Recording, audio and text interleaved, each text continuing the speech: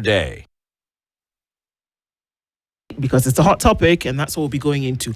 But before that, Dennis wants to take you to the land of diamonds. Do you know where that is? No. Okay. We are in Botswana. Botswana. Right. And that diamond that Tindu is talking about is actually used to fund their education. Okay. Right? Mm-hmm. But one more thing is Kalahari Desert covers over 70% of the landmass in the country. And Okavango Delta is the world's largest inland delta, is located here, where which is referred to one of the 7 natural wonders of Africa. But there is this place as well with a very difficult name. It's called Makgadikgadi Pan, which is a salt pan. Gadi, which is one of the largest salt pans in the world and still found in Botswana. Okay. But let's go to the proverb. Famine hides under the granary. Famine hides under the granary. Ja. Famine hides under the granary. The granary.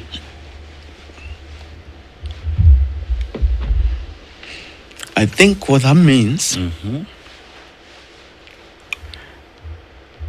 is you can be surrounded by abundance and not be aware of it. Because, and the reason I'm interpreting it that way is, for me, granary means this. There is items in there, food, for example. And famine being under the granary, therefore, means the food is there, or the harvest is there, but it's probably how to access the harvest, whether there's awareness of the availability of the stuff in the granary, or even know-how on how to access the harvest. Yeah. Hopefully that also links to what we'll discuss about the NEC. Indeed. Interesting how different people would interpret them differently. The wonder of the human mind. Yeah. Indeed. Okay, so before we get into the nitty-gritty of KPC and what this all portends, tell us how the NSC works and functions. Okay. I'll try and simplify it. So think of it as a marketplace or a platform that connects investors to either entities that are looking to raise capital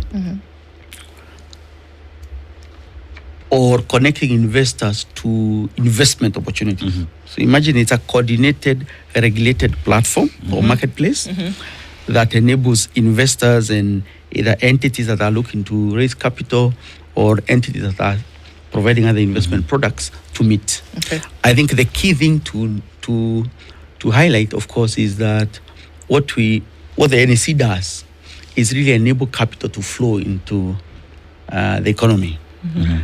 So you can imagine if a company, for example, is looking to raise money, it might use the founder's resources.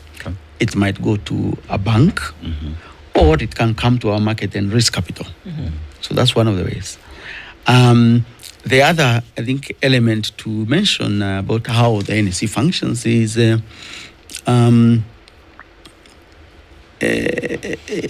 as a country, we need access to capital both locally as well as globally. For global capital to flow to a country like ours, what you want to do is to create well-established, regulated, licensed channel for global capital to come safely into the economy, access whatever investment opportunities are there, and leave when it needs to leave. And that these exchanges are well-established ways of countries tapping global capital. So that's another reason why we exist. By and large, we exist to connect capital to entities that are looking for it, whether those are private companies or government. One then would ask the question, how does a company end up being listed at NEC? Do I just wake up today and say, you know what, I feel like I just want to get listed at NEC. Let me walk in talk to my boys there and get listed? What's the process of one getting there? Because then, even as we're having this discussion, KPC is listed. So what's the process of a company being listed there, and what benefit does it get? Okay. You see, Dennis, the world we are going into will actually be as simple as what you've said, which is you wake up in the morning and you're listed before you finish your breakfast. It's headed that way because of change of technology and competition and other innovations. But at the moment, there is a process.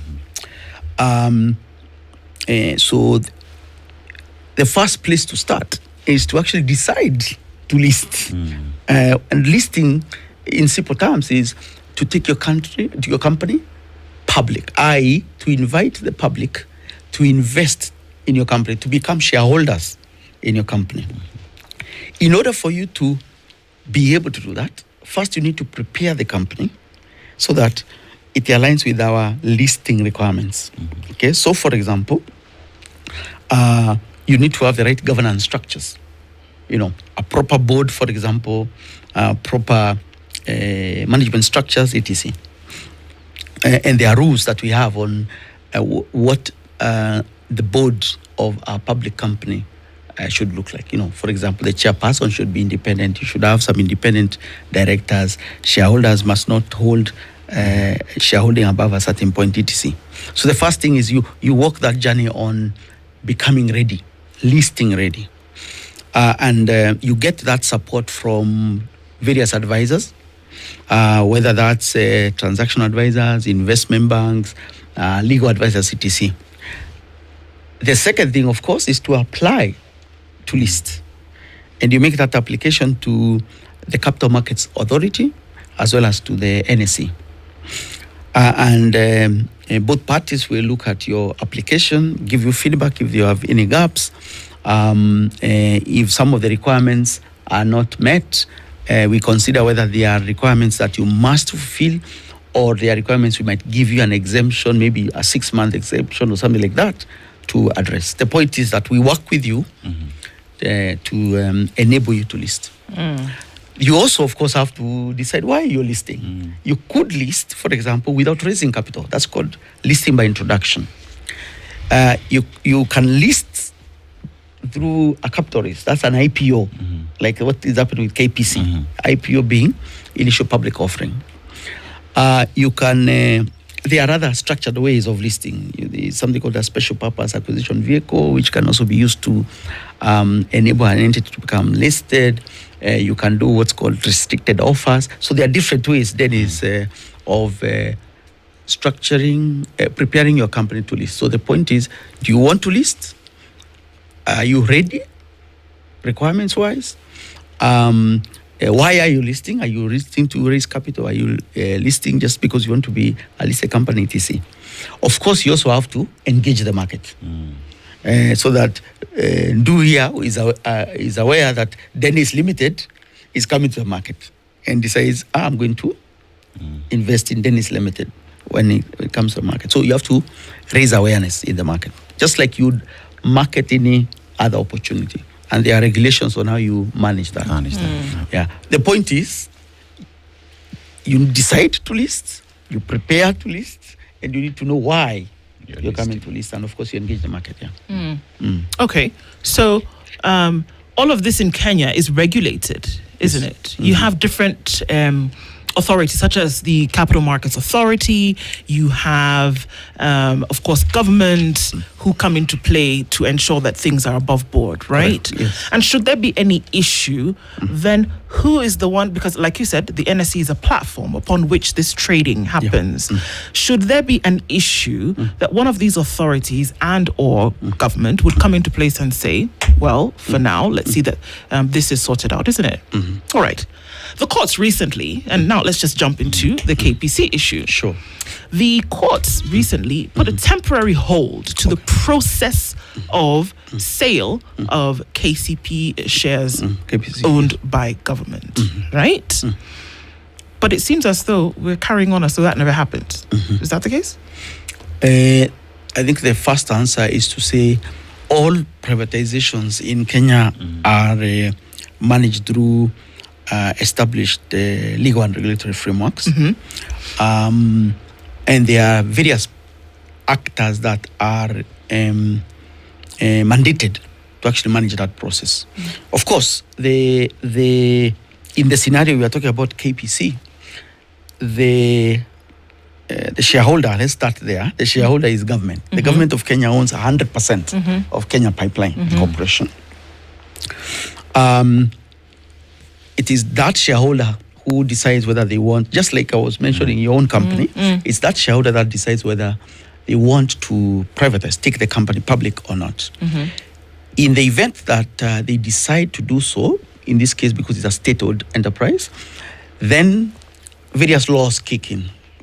There's the Privatization Act.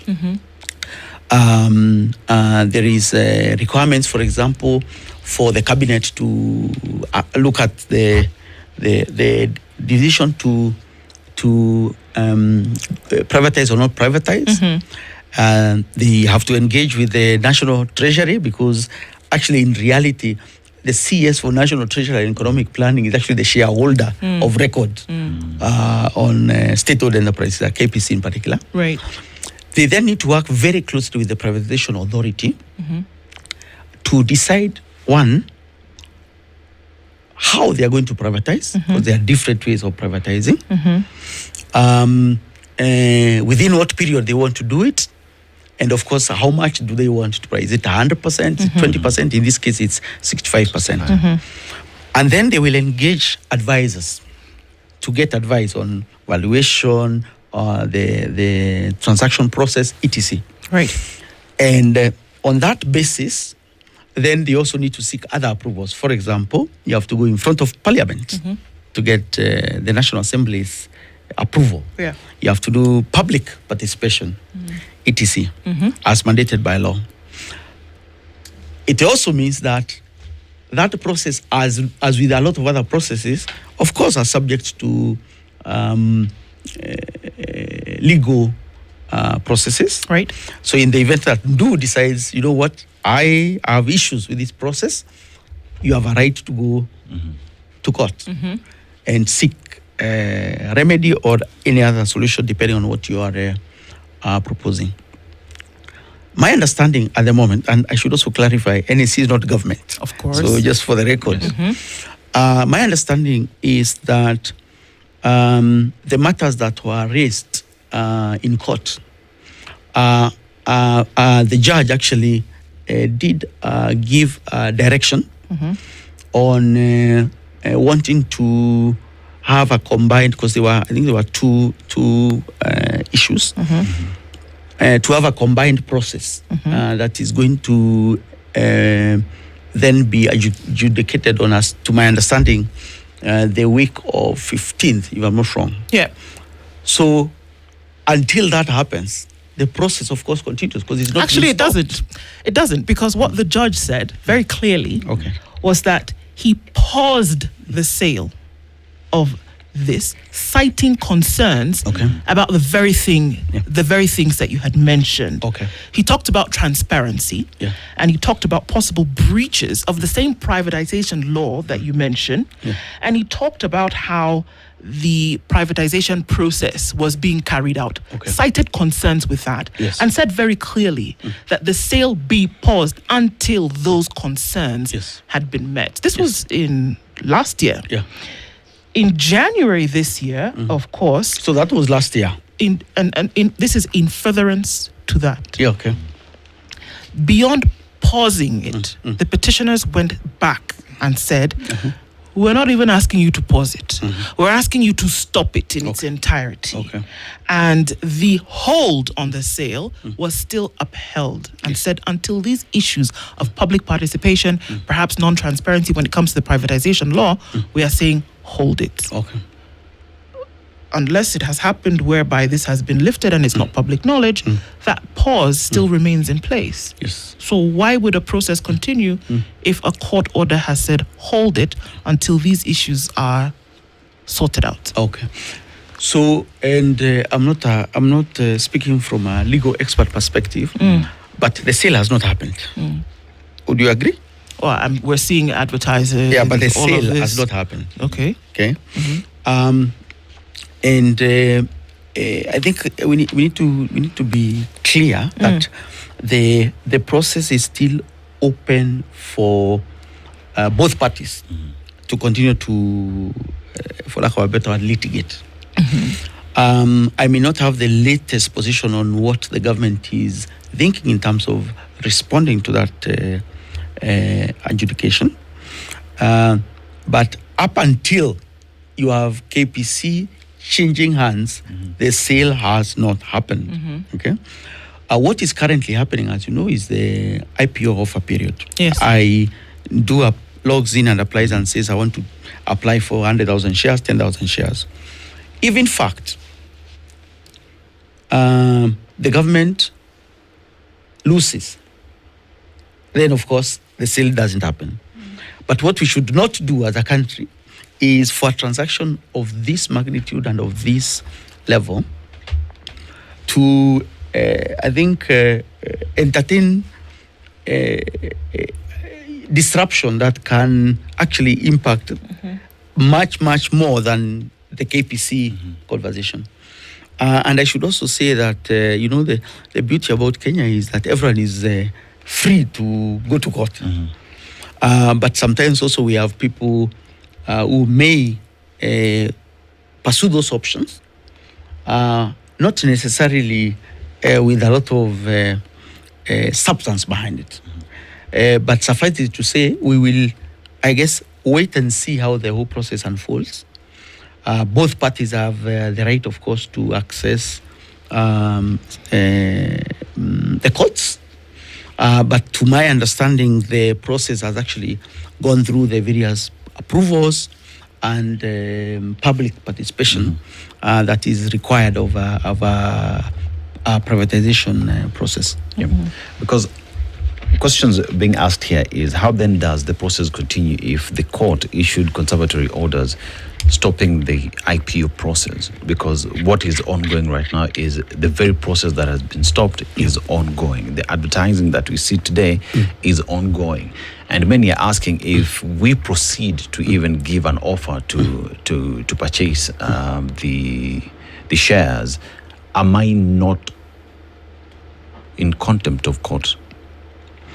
Because Kenyans want to be clear so that even if they're getting into that process, they don't want to find themselves on the other side of the law because of the court order that does exist. Does that worry NSC and the government of Kenya in any way? That perhaps you might not get the actual value because of the existing court order, and that communication is not clear?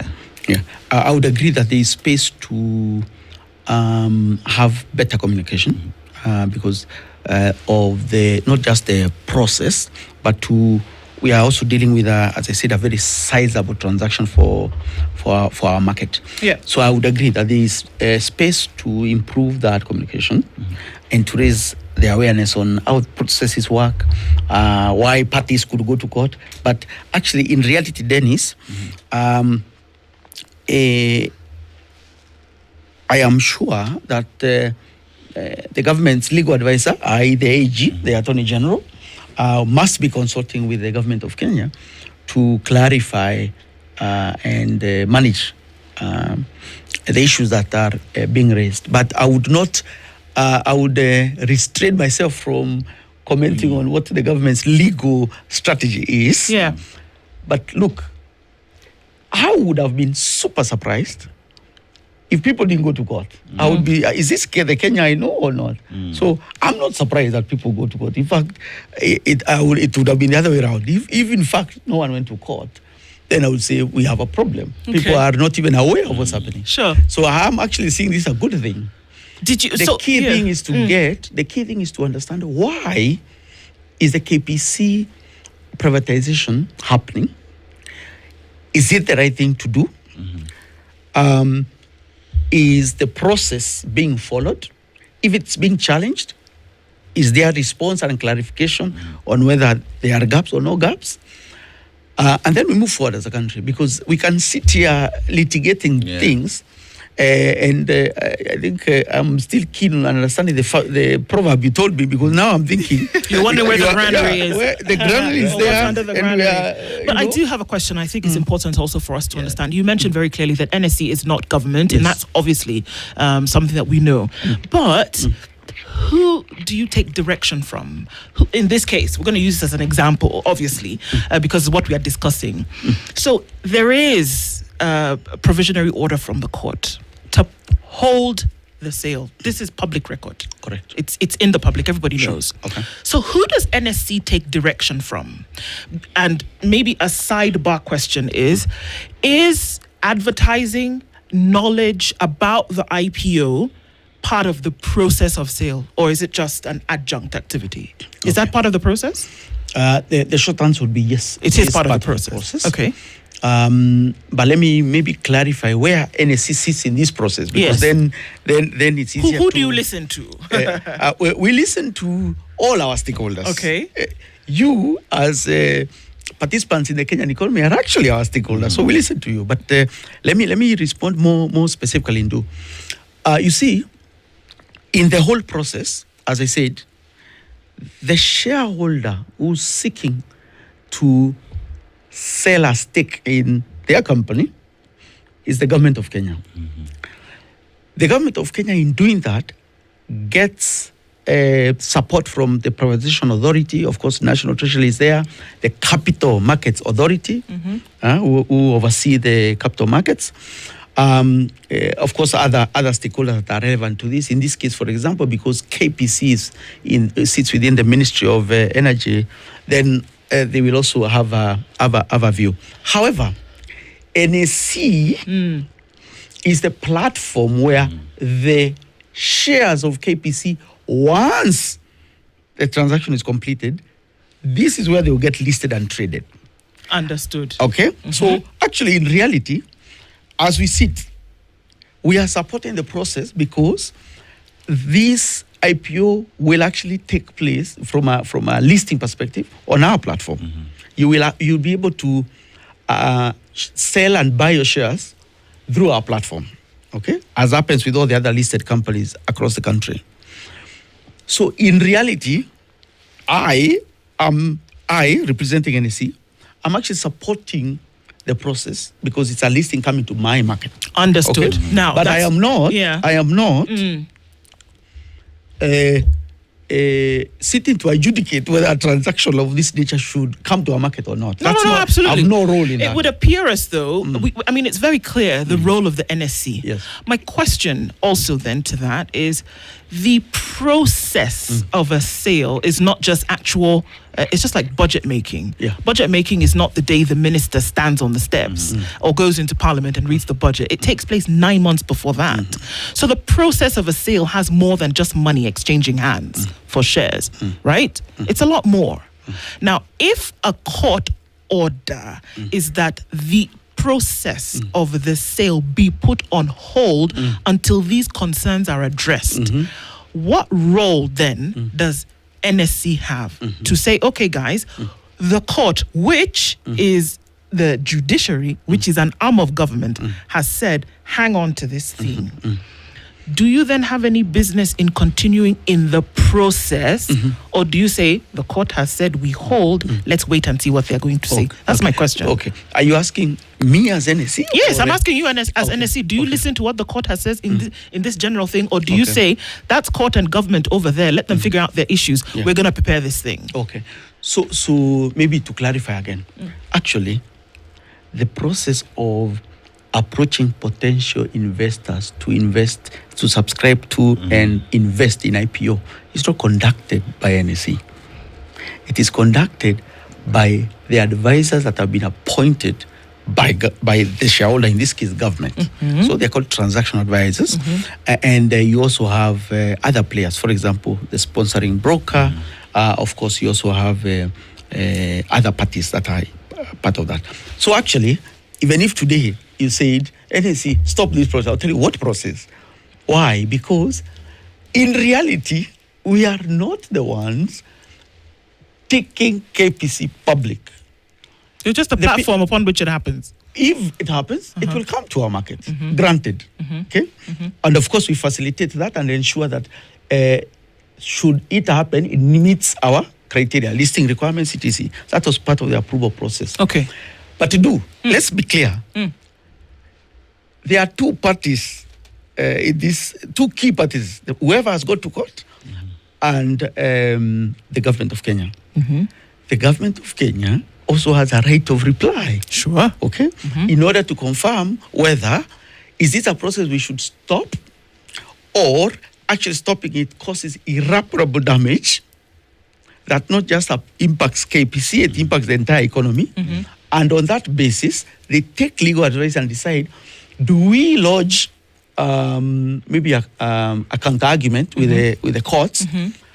And in that counter-argument also provide reasons why they didn't halt the process. And then at that point, it is much easier to have a conversation on, are they disrespecting the process, or they actually have gone and submitted their submissions and they've been heard. Mr. Muti, you've just said, and I don't know if this is setting precedent, but you've just said that there's a court order, right? There's a provisional order that has been made by court. So government can just come and say, we can give a right of reply and explain therein why we decided to still go ahead with the process.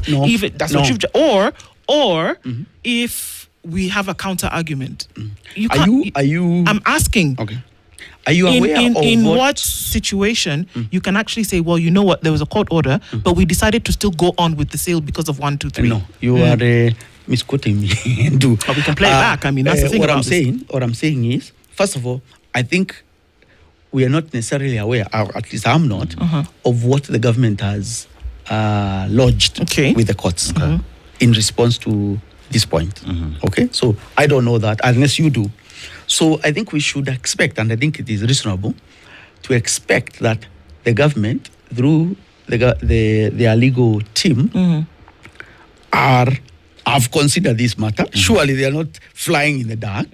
Have considered this matter and chosen the path that they want to take in terms of managing the issues that have been raised. The point I'm trying to make is, we should not assume that the government is not responding to the matters in court. I think it would be unfair to assume that the court has made a decision and the government doesn't care. I think that's not the position. So one, just to finish my point, I think what we should be trying to clarify is, given the court decision, what is the government's right of reply, and which course of action are they taking? So we should not assume that the process has just been thrown out. I think so. Let's be clear on the nuances of the process itself and how courts work in our country. And I do not think that this is a transaction that people will look at in a way that abuses the process. I'm also aware that as of last week, to my understanding, as of last week, there was no court order. So I don't know this court order that Du is talking about, whether it is a recent one, or as of yesterday or today morning when I was coming, or which court order we are focusing on. The one that was there, as I said, the judge said they were going to consolidate the matter and listen to the parties later. They did not issue a court order to block the process. Now, I'm happy to be corrected, but I do not think there is any court order that is actually blocking this process as we sit. So what we're saying now is that the process continues, right? Because there was no court order, yes. Okay. Now, with this is what you're saying. Now, it's okay. In accordance to that, the advertising that's now going on, essentially what's happening is that the market is being prepared to then buy. Kenyans are being told you can buy now at 9 shillings. So according to you, how does that process go on now, and the timelines through which this will happen? Okay. So the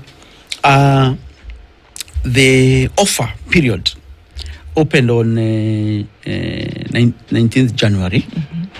In fact, we hosted the CS National Treasury and Economic Planning and its team, as well as the KPC team at the NSE, to ring the bell to signify to the investment community that the KPC IPO is open. The offer will run until February 19th. Between January 19th and February 19th, investors, including yourselves, are free to apply for KPC shares. That process, of course, is guided by the offer documents. In summary, the way it's structured is we have 20% shareholding reserved for local retail investors. That's you and I. 20% reserved for local institutional investors, for example, pension funds. Another 20% reserved for East African investors, our brothers and sisters in the neighborhood. 15% reserved for oil marketers, who are key stakeholders in the oil and gas sector, that is KPC's anchor sector. And then we have 20% reserved for foreign investors. So when you are applying, of course, you are applying based on your own capacity and your own intentions. But the intention there would be that when the offer closes, then depending on how the applications have come through, there will be an allocation process. For example, and I can say with a lot of confidence, the market expects this IPO to be oversubscribed. So, of course, then we get into an allocation formula that is guided by the offer documents for the applications to be considered and the allocations to be done accordingly. I think the other thing I think to highlight here is this is the first fully digital IPO. What does that mean? What does that mean? Yeah. What that means is it's an e-IPO. What that means is you're not going. You don't need to fill papers. You apply for whatever allocation you want through your phone or a laptop or other online. That means that we've removed a lot of friction from the application process. It also means that if I can do it on my phone, including USSD, my cousin in my village does not need to come to Nairobi to apply for this IPO. They can do it in the comfort of their home.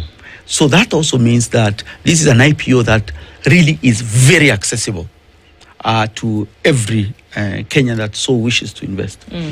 It also is priced to enable people to participate. Remember, the minimum shares you can apply for is 100 shares. At the offer price of 9 shillings, that means with 900 shillings, you can participate. So again, it tells you it's an IPO that has been crafted to be accessible, to be widely available, but also that has taken into account the various segments so that it's well managed.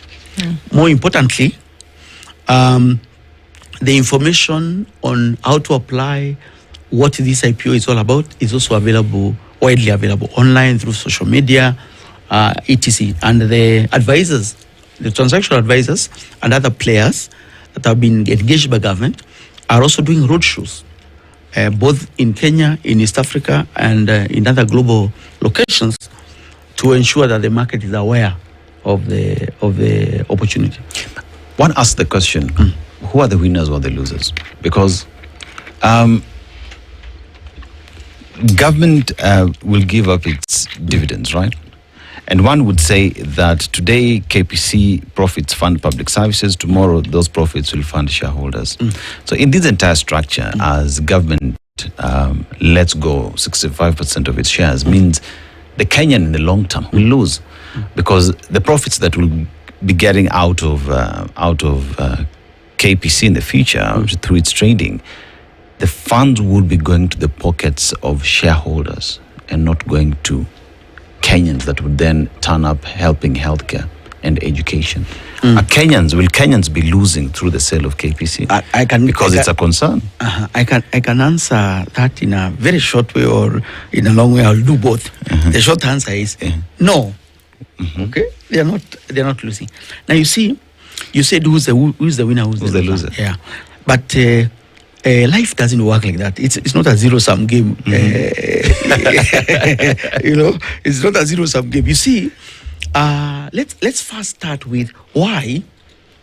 If you read the session of paper, the cabinet session of paper that cabinet considered in the first instance as a part of the process to decide to privatize, there are different reasons why the privatization is happening. Number one, you are aware that the government needs money for national development, which they've been getting from profits from KPC, and not enough.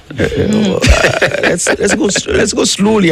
Let me walk you through this so that you become the person who actually goes and informs and enlightens the others.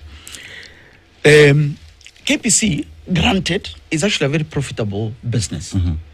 I think they paid something like 3 billion shillings in dividends last year to the government of Kenya, which is you and I, just for the record. Yeah? Yes. That said, the government needs money to fund the various economic development agenda that we have for the country without necessarily borrowing more money or raising taxes. Okay, that is actually explained very clearly in the cabinet session paper for on this matter. In order to do that, if you are government, what you would be looking at is to say, I'm going to look at what other privatizations have done in the market, see how those have panned out, and use that to inform how I privatize KPC. You're aware of a very small entity called Safaricom. Are you aware of an entity called Safaricom? Privatized. You're aware, 2008. Yes. You're aware of an entity called KCB. Privatized. You're aware of Kengen. Privatized. Kenya Power. Privatized. I can continue. Let's start with government should really not be the business of doing business. It should leave that to the private sector. The money that the government is looking to raise, about 106 billion shillings, is money that will come now, when the transaction completes. It's money that the government will not have gone to borrow. The government will still be left holding 35% of KPC. KPC will then move to private sector and get even more optimized to be as successful as entities that have been privatized in the past and have gone on to be even more profitable to government. And let me finish. And gone on to be regional champions. They've not just stayed in Kenya. They've moved into the region. So Kenyans will get dividends. Kenyans will get dividends. Yeah. Dividends are taxed, for the record. Sure does sound like you're encouraging this for a platform that's neutral. No, hold on. I'm just going with your words. Let's start with. Hold on. First, I'm Kenyan. Let's start there. So I look at these transactions from a Kenyan perspective. Is this good for our economy? What does this mean in terms of preventing, for example, more borrowing to come into the public sector, minimizing the incidence of higher taxes? And if you look at it that way, actually, if you look at it just on that basis as you'll be saying, privatize all these entities. Remember, what we are trying to do here is both address the need for government to access funding, okay? The need for Kenyans to own part of KPC, and the need to put KPC in private sector so that then it can unleash its latent power. But Muti, And grow. there is argument out here that optimizing KPC for it to perform at its best is an indictment to government for failing to make KPC perform at that level. You've answered me then. That we do not need to privatize KPC. What we need to do is to improve on our internal processes to make KPC the winner. So then the question is, if government is today telling Kenyans that we are unable to make KPC win, then we do not need that government. Bring in the next player who will make KPC win. Solution is not in selling KPC. Okay, first the government didn't say that, but I can see why you are sitting where you're sitting and I'm sitting where I'm sitting, so fair enough. The world over, governments are not the most optimal entities to run businesses. You would agree KPC It's not is their a business. job. It's not their job. Their primary job is to set a policy and regulatory environment that makes private sector thrive. And in so doing, cross-pollinate other sectors, etc., and raise the standards of the country. The government has done a fantastic job to bring KPC where it is. Okay? It's granted. Give that to them. Okay. But now, this government is sitting and saying, you know what? We know that this can go much, much further if it's unshackled from the government processes. Think, for example, if you're a state-owned enterprise, Dennis, you have to follow PFM, public finance. You have to procure using those processes. You have to manage your board and your staff within the government ecosystem, etc. That has its own inefficiencies. If you look at the ambition that KPC has, I don't know whether you've had a chance to speak to the CEO, Joe Sang. Yes, we have. I mean, what the plans for KPC are going to be realized if KPC really is enabled in private under private sector hands. But let's also not forget the government is still on the seat. Why? They have that 5%. They are the regulators of the sector. Okay? They are the policy setters. So actually, if ever there was an asset that any potential investor should look at and actually get on this IPO, it's this one. Why? First of all, KPC is a monopoly. A profitable monopoly. KPC is an infrastructure entity. Today, if you see a vehicle, if you see a factory, if you see a plane, anywhere in our economy, they are using KPC services, because the oil and gas and energy that in our country, one way or another, relies on KPC. Not just Kenya, the neighboring countries. This is an entity. I personally cannot believe we have got this opportunity to actually invest in a profitable monopoly that is a regional player, that is profitable, that more importantly, today, it's very difficult to put together a pipeline. So for the next so many years, there's not going to be another pipeline laid because it's very difficult to make one. So KPC has fantastic opportunities. Kenyans should actually be very happy that they are being given a chance to own these national assets. In fact, there is a joke that people say, where was your grandfather when people were buying land back in the days? This one, Dennis, I can guarantee you, people will be, where were you, Dennis? This is your grandchildren asking you, where were you, Dennis, when the government of Kenya was offering KPC for 9 shillings? So how much is KPC worth today? That we are selling 65% of shares to get 100 and something billion? In totality, including infrastructure and business. Okay. So there are different ways to answer that, but let me answer it in the context of some of the analysis that have been running around in the social media and all that. To start off with, KPC should not be compared to the likes of Kenya Power and KenGen, because they are not the same. Those are utilities. This is an entity that is not only an energy infrastructure entity, but that also has plans to move into things like fiber optic. Okay, the right company to actually compare KPC to is Safaricom.